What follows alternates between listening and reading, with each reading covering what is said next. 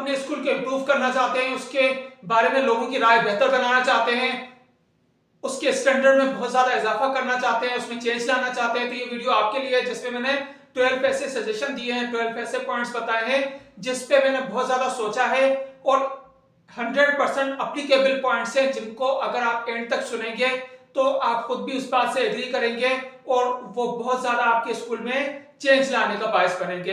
तो बढ़ते हैं वीडियो की जानिब। पहला पॉइंट, सबसे पहले हम टीचर किसको कहते हैं? हमारी राय ये होती है कि जो टीच कर रहा है वो टीचर है, जो क्वालिफाइड शख्स है वो टीचर है, जो रेलिवेंट सब्जेक्ट कमांड है वो टीचर है। नहीं, ये गलत है। यही तो फर्क है कि हर पढ़ा लिखा शख्स एक टीचर या अच्छा टीचर नहीं बन सकता, लेकिन हमारे यहाँ जिसको जो कोई काम ना मिले वो टीचर बन जाता है। उमूमन ऐसा होता है, कोई स्टूडेंट है वो पढ़ रहा है, वो उसने टीचिंग करना शुरू कर दी, इसी तरीके से हमने भी उसे टीचर एक्सेप्ट कर लिया। तो ये अपना कॉन्सेप्ट सही कर लीजिए कि अच्छा टीचर या टीचर वो होता है जिसमें कुछ खास स्किल्स होती है, वो स्किल्स उसको गॉड गिफ्टेड होती हैं या उसने अपने अंदर इंप्रूव की हुई होती हैं, लेकिन वो अलग से स्किल्स होती हैं जो कि क्वालिफिकेशन के अलावा होती हैं। जैसे कि उसकी एक प्रोफेशनल डेवलपमेंट या प्रोफेशनल उसके अंदर नॉलेज, और उसी तरीके से उसके अंदर कम्युनिकेशन स्किल्स का भी होना जरूरी है, उसके अंदर पेडागोजिकल स्किल्स का होना जरूरी है। तो सबसे पहले जब आप अपने स्कूल के लिए टीचर हायर कीजिए तो देख लीजिए कि क्या हकीकतन वो टीचर है या सिर्फ आप एक पर्सन को हायर कर रहे हैं और उसे टीचर का नाम दे रहे हैं। वो किस तरीके से मालूम होगा? मुख्तलिफ लोगों के लिए हायरिंग का क्राइटेरिया अलग अलग होता है। कोई महज डिग्रीज देख के, उसके ग्रेड देख के बहुत ज्यादा इंप्रेस हो जाते हैं, किसी ने सब्जेक्ट नॉलेज के हवाले से कुछ क्वेश्चन कर लिया है, लेकिन मैं ये कहूंगा कि लाजमी उसकी क्लासरूम ऑब्जर्वेशन कीजिए, और क्लासरूम ऑब्जर्वेशन में किस क्राइटेरिया को सामने रखेंगे वो मैं आगे चल के आपको बताऊंगा। तो लिहाजा जब आप देख लें कि उसके अंदर वो स्किल्स है, वो पढ़ा सकता है, वो क्लास को कंट्रोल कर सकता है, वो स्टूडेंट को अपने साथ इन्वॉल्व कर सकता है, तो फिर उसको आप हायर कीजिए। लेकिन यहां पे बात खत्म नहीं हो जाती, फिर उसको इवेल्युएट करते रहिए। इवेल्युएट कैसे करेंगे? इसमें जितने भी मैंने 12 पॉइंट बताए, इसके हवाले से मेरी हर पॉइंट के हवाले से वीडियो मौजूद है, जिनका लिंक जो है वो डिस्क्रिप्शन में मौजूद होगा। इसी तरह से टीचर इवेल्युएशन या टीचर हायरिंग के हवाले से भी मेरी वीडियो, जिसका लिंक डिस्क्रिप्शन में मौजूद है, तो वो आप बाद में देख लीजिएगा। तो क्या हुआ कि हमने उसको इवेल्युएट किया। इवेल्युएट जब हम करेंगे तो फिर वो शख्स जो अगर वाकई कैपेबल है, कॉम्पिटेंट है, लेकिन इवेल्युएशन का प्रोसेस उसको स्टैंडर्ड मेंटेन रखने में मदद देगा या उसकी वजह से उसकी परफॉर्मेंस बेहतर रहेगी, एक जैसी रहेगी, बल्कि इंप्रूव करती चली जाएगी। लेकिन अगर आपको इवेल्युएट नहीं करना आता है या इवेल्युएशन नहीं कर रहे, तो फिर आप अपने इंप्रूवमेंट को भूल जाइए। इसके बाद अगला पॉइंट क्या होगा कि स्टूडेंट के लिए एडमिशन पॉलिसी। जैसे कि मैंने कहा कि हर पढ़ा लिखा शख्स जो है वो टीचर नहीं हो सकता या अच्छा टीचर नहीं हो सकता, इसी तरीके से हर बच्चा जो है वो एक अच्छा स्टूडेंट नहीं हो सकता, बल्कि आप अपने स्कूल का स्टैंडर्ड जो भी बनाए उसके लिहाज से, उस क्लास के लिहाज से, एज ग्रुप को देखते हुए एडमिशन लीजिए। उस बच्चे के बिहेवियर को देखिए, जनरल बिहेवियर को देखिए, उसकी बेस को देखिए, इन सब चीजों को देखने के बाद एडमिशन लीजिए। अगर महज आप स्कूल को भर रहे होंगे, ज्यादा एडमिशन ले रहे होंगे, तो वो एडमिशन आप ले नहीं रहे बल्कि अपनी स्ट्रेंथ को कम कर रहे होंगे। वो किस तरीके से? अगर एक कोई स्टूडेंट इस तरह का आ गया जिसने डिसिप्लिन को आउट किया, जो ओवर एज था, जिसका मेंटल लेवल कुछ और था, बाकी बच्चों का मेंटल लेवल कुछ और था, डिसिप्लिन आउट हुआ, पेरेंट्स अपने बच्चों को लेने छोड़ने आए, उन्होंने कहा स्कूल का माहौल इस तरह से, तो उस एक एडमिशन की वजह से आपके हो सकता है कि 10 एडमिशन चले जाएं। तो लिहाजा अपनी जो एडमिशन पॉलिसी है वो हमेशा सोच समझ के बनाइए, और उसके लिहाज से आप ऐसे स्टूडेंट्स को लीजिए जिनका आप देखेंगे बैकग्राउंड क्या है, उनका बोलचाल का तरीका क्या है। तो ये दोनों चीजें जब आप करेंगे तभी आपके स्कूल को स्टैंडर्ड बरकरार रहेगा या उसमें इजाफा होगा। नंबर 1, टीचर सही हायर कर सकें, टीचर की इवेल्युएशन कर सकें, और उसके बाद एडमिशन पॉलिसी को सही कर लीजिए। उसके बाद सारी बातें आती है।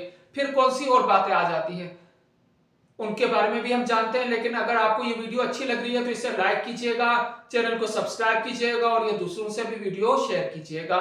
तो इसके बाद जो अगला पॉइंट है वो ये है कि स्कूल के एनवायरनमेंट को आप बेहतर बनाएं। स्कूल के एनवायरनमेंट से क्या मुराद होगा? स्कूल का डिसिप्लिन बेहतर बनाइए। डिसिप्लिन कैसे बेहतर हो सकता है। अगर सही टीचर आपने हायर किया है जिसके अंदर स्किल्स हैं तो वो डिसिप्लिन भी मेंटेन होगा। इसी तरीके से आप उसके लिहाज से पॉलिसीज बनाइए। एंटी बुलिंग स्क्वाड होना चाहिए, अगर बुलिंग हो तो उसको किस तरीके से रोका जा सकता है। स्कूल में पीटी पीरियड वीक में एक लाजमी होना चाहिए ताकि बच्चों के अंदर जो एनर्जी लेवल ज्यादा होता है जिसकी वजह से वो क्लास को डिस्टर्ब कर रहे होते हैं वो एनर्जी लो होगी, उनकी एनर्जी जो है वो सही डायरेक्शन में यूज होगी और डिसिप्लिन भी मेंटेन रहेगा। और बहुत सारी चीजें हैं, इसके हवाले से भी मेरी वीडियो मौजूद है। इसी तरह से टाइम टेबल आप बनाइए। तो स्कूल इंप्रूवमेंट का सही टाइम कौन सा होता है? वैसे तो आप कभी भी इंप्रूवमेंट कर सकते हैं लेकिन बेहतर टाइम सेशन स्टार्टिंग पे होता है। तो जब आप टाइम टेबल बना रहे हो वो भी सेशन स्टार्टिंग पे ही बनता है, तो उसमें किस चीज को मद्देनजर रखना चाहिए, किस चीज को सामने रखना चाहिए, उसमें यह देखना चाहिए कि मेजर एंड माइनर सब्जेक्ट कौन से हैं, उसके लिहाज से पीरियड एलोकेशन हो, टीचर्स को एक्सपर्टीज के लिहाज से सब्जेक्ट दिए जाएं। अगर आप एक्सपर्टीज के लिहाज से सब्जेक्ट नहीं देंगे, एलोकेट नहीं करेंगे तो कभी भी डिसिप्लिन कायम नहीं हो सकता। तो लिहाजा टाइम टेबल बेहतर तौर से बनाइए। उसके लिए क्या रूल्स होते हैं वो जैसे कि मैंने बताया कि तमाम पॉइंट्स के हवाले से मेरी वीडियोस मौजूद हैं, तो उसमें आप डिटेल में जान सकेंगे।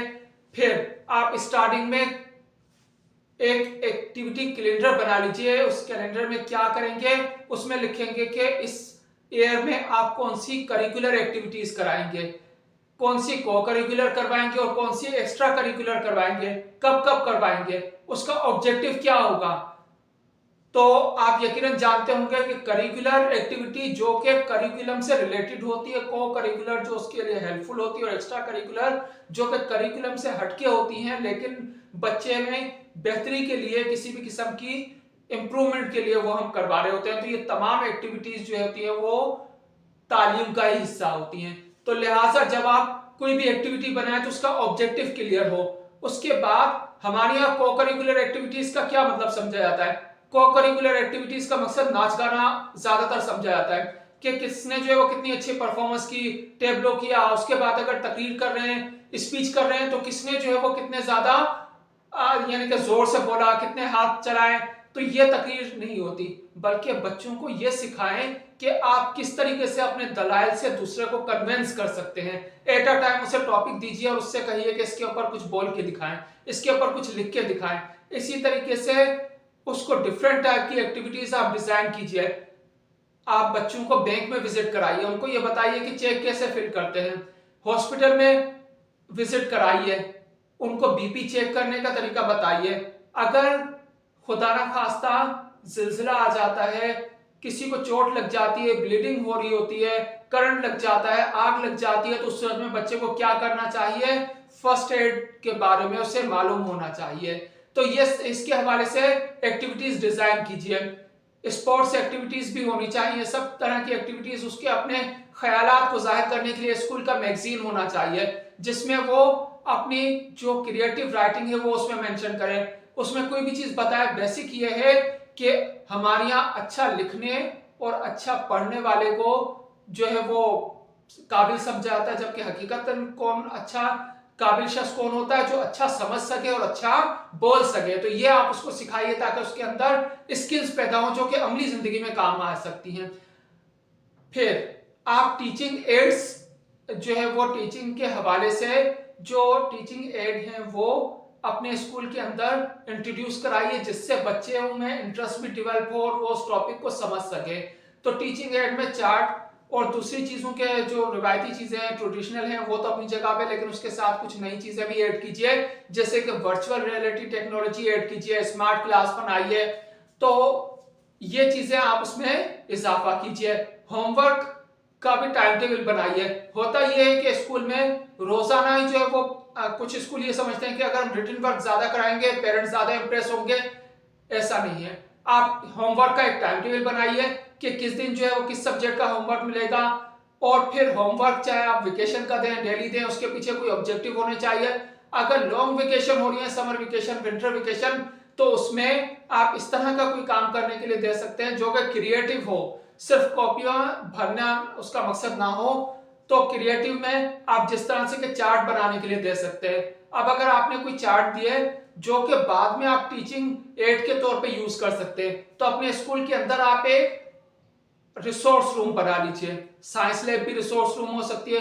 तो जो भी चार्ट वो बना के लेके आए वो आप उसमें हैंग कर दीजिए। तो जब किसी टीचर को टीचिंग एड के तौर पे वो चार्ट रिक्वायर्ड होगा तो वो वहां से इशू कराए और क्लास में ले जाके टीच करे और वापस वहीं पे लाके हैंग कर दे। तो इस तरीके से जो उनका समर वेकेशन या विंटर वेकेशन वर्क होगा वो स्कूल के लिए यूजफुल होगा और आपके लिए टीचिंग एड बन जाएगी। तो वरना क्या होता है कि वो सिर्फ कॉपी में पेज फिल कर रहे होते हैं जो किसी के काम नहीं आते। उसमें इस तरह से होगा कि उसकी अपनी अंडरस्टैंडिंग भी बढ़ेगी और स्कूल के लिए भी बाद में वो काम आ सकेगा। आप उनका जो बैग है उसको कम कीजिए, क्वांटिटी को कम कीजिए, क्वालिटी को बढ़ाइए, बैगलेस स्कूल की जानिब कदम बढ़ाइए। इसी तरीके से उसके जो नंबर ऑफ बुक्स है, नंबर ऑफ कॉपीज है, उसके बजाय ये देखिए कि उसमें स्टैंडर्ड आप किस तरीके से दे सकते हैं। स्कूल के अंदर सॉफ्टवेयर इंट्रोड्यूस कराइए। उमूमन ये होता है कि टीचर जो है क्लरिकल वर्क कर रहे होते हैं, रिजल्ट बना रहे हैं, अटेंडेंस लगा रहे हैं और उसमें उनका टाइम भी काफी वेस्ट हो रहा है, मिस्टेक्स भी हो रही हैं। उसके बजाय यही काम अगर आप सॉफ्टवेयर से करा लें कि सॉफ्टवेयर के थ्रू एसएमएस अलर्ट भी जाए पेरेंट्स को, उनकी टेस्ट परफॉर्मेंस के बारे में पता चले, अटेंडेंस के बारे में मालूम हो, रिजल्ट भी उससे प्रिपेयर हो। तो इस तरीके से बहुत सारे यानी कि कंपनीज होंगी, इस तरह के लोग होंगे जो कि सर्विसेज देने के लिए रेडी होंगे, उनसे आप ले सकते हैं और इससे आपका काम आसान हो जाएगा। अपने स्कूल में कुछ नए पीरियड का आगाज कर लीजिए। वो कौन से पीरियड होंगे? वो ऐसे पीरियड होंगे जिसके मसलन में अगर आपको एक एग्जांपल दूं कि आटे में अगर नमक होता है तो नमक की क्वांटिटी बहुत कम होती है आटे के मुकाबले में, लेकिन उसकी वजह से उसका टेस्ट बरकरार रहता है। तो इसी तरीके से ये वो पीरियड होंगे जो कि चाहे आप वीक में या 2 वीक में एक मरतबा रख लें, लेकिन ये ऐसे होंगे जिसकी वजह से स्टूडेंट्स की क्रिएटिविटी बढ़ेगी, आपका इंप्रेशन इंतहाई पॉजिटिव जाएगा पेरेंट्स में। वो कौन से पीरियड हो सकते हैं कि आप डिजिटल लिटरेसी का पीरियड अपने स्कूल में इंट्रोड्यूस कराइए। डिजिटल लिटरेसी में क्या होगा कि उनको जो है इंटरनेट से वाकफियत हो, बच्चों को यह बताया जाए कि गूगल से कोई चीज कैसे सर्च कर सकते हैं, यूट्यूब से आप कैसे अपनी चीज काम की चीज कोई सीख सकते हैं, चैट जीपीटी से आप कैसे कोई असाइनमेंट तैयार कर सकते हैं। ये वो चीजें हैं जो कि वो लोग इंटरनेट यूज तो कर रहे हैं लेकिन हम उसको उसका पॉजिटिव यूज बताएं, उनको ये बताएं कि आप फ्रीलांसिंग कैसे कर सकते हैं, बड़ी क्लासेस को ग्राफिक डिजाइनिंग कैसे कर सकते हैं, जैसे कि फेसबुक पे पोस्ट कर रहे होते हैं तो ये पोस्ट आप खुद कैसे बना सकते हैं। यही चीजें आगे चल के उनके लिए यूजफुल होगी। उन्हें बेसिक चीजें बताइए, बच्चों को ये बताइए कि वो अपना यूट्यूब चैनल बनाएं और आप अपने स्कूल का भी यूट्यूब चैनल बनाएं। जो भी रोजाना पढ़ाते हैं वो यूट्यूब चैनल के ऊपर अपलोड कर दीजिए। उससे क्या होगा, अगर कोई बच्चा एब्सेंट होता है तो वो कितनी भी बार उस वीडियो को देख सकता है, उससे उसका कॉन्सेप्ट भी क्लियर होगा और हो सकता है कि आपके स्कूल की इनकम भी बहुत ज्यादा बढ़ जाए। एक तरफ पूरे स्कूल की इनकम हो जो कि बच्चों की फीस की शक्ल में हो और यूट्यूब से उससे ज्यादा आपको इनकम हासिल हो जाए जितना कि आप उसमें वीडियो से डालने की वजह से बच्चों को सिखा भी रहे हैं और इस तरीके से उससे इनकम भी जनरेट हो रही है और आपकी पब्लिसिटी भी हो रही है मुफ्त में। तो लिहाजा यूट्यूब चैनल भी बनाइए जिस पर रोजाना आप वीडियोस अपलोड कीजिए टीचिंग के हवाले से। इससे सोसाइटी को भी फायदा होगा, आपके स्कूल की पब्लिसिटी भी होगी। बच्चों को मॉरल ट्रेनिंग दीजिए, उन्हें यह बताइए कि वो किस तरीके से कोई नेकी का काम कर सकते हैं, उनको बताइए कि वो क्या यानी कि अपने इर्द गिर्द घर में, मोहल्ले में, दोस्तों के साथ किस तरीके से पेश आए। फिर उनसे पूछिए कि वो लिख के लाएं कि उन्होंने कौन सा कोई अच्छा काम किया, उनसे सजेशन मांगिए। मेरी एक वीडियो है जिसमें बताया गया है कि तालीम और तरबियत का फर्क। तो हमारे यहाँ तालीम बढ़ती जा रही है, तरबियत कम होती चली जा रही है। तरबियत क्या है, तालीम क्या है? तालीम का मकसद ये हो गया कि किसी चीज के बारे में हम जानते हो कि क्या चीज अच्छी है क्या बुरी है। हम में से किसको नहीं मालूम कि झूठ बोलना बुरी बात है, लेकिन सब लोग झूठ बोल रहे होते हैं। क्यों? क्योंकि वो चीज हमें बुरी नहीं लग रही होती। तो लिहाजा तरबियत वो है जो हमें बुरी चीज बुरी लगने लगे और अच्छी चीज अच्छी लगने लग जाए, हमारा ज़मीरी हमको अच्छाई की तरफ ले जाए। तो ये तरबियत उनको दीजिए और वो जब होगा, जब उसके हवाले से डिस्कशन होगी, जब सब लोग उसके बारे में बात कर रहे होंगे तो उनका माइंडसेट ये हो जाएगा कि हाँ वाकई ये काम गलत होता है, ये चीज सही होती है। तो इस तरीके से आप एक अच्छे इंसान सोसाइटी को प्रोवाइड करेंगे। फिर जब ये सब चीजें कर लें तो पेरेंट्स को जरूर आप इन्वॉल्व रखिए। उनको कैसे इन्वॉल्व रखेंगे पीटीएम के थ्रू तो रखते ही हैं, लेकिन साथ में आप कोई सर्वे कंडक्ट करवाइए। इसी तरीके से एक लॉग बुक होनी चाहिए रिसेप्शन पे, जिसमें वो अपने जो भी सजेशन, जो भी पॉइंट्स नोट कर सकें, फिर आप उसको रेक्टिफाई कीजिए। इस तरीके से उनको फीडबैक मिलता रहेगा। तो जो स्टूडेंट डायरी होती है उसके थ्रू भी टीचर और पेरेंट्स के दरमियान कम्युनिकेशन होती है। इस तरीके से मैनेजमेंट और जो पेरेंट्स है उनके दरमियान लॉग बुक के थ्रू कम्युनिकेशन होगी। जब ये तमाम आप डेटा हासिल कर लें, एक कंप्लेंट बॉक्स हो स्कूल के बाहर जिसमें कोई भी पेरेंट अपनी कंप्लेंट यानी कि उसमें डाल सके।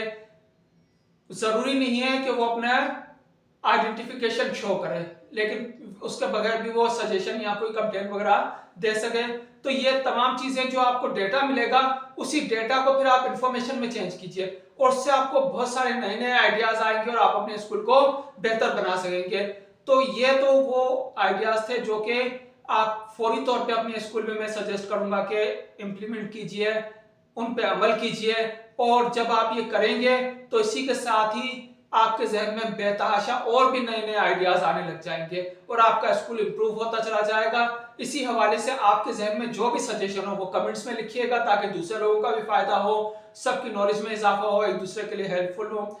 तो उम्मीद है ये वीडियो आपको पसंद आई होगी। इसे लाइक कीजिएगा, चैनल को सब्सक्राइब कीजिएगा और दूसरों से शेयर कीजिएगा। Thank you.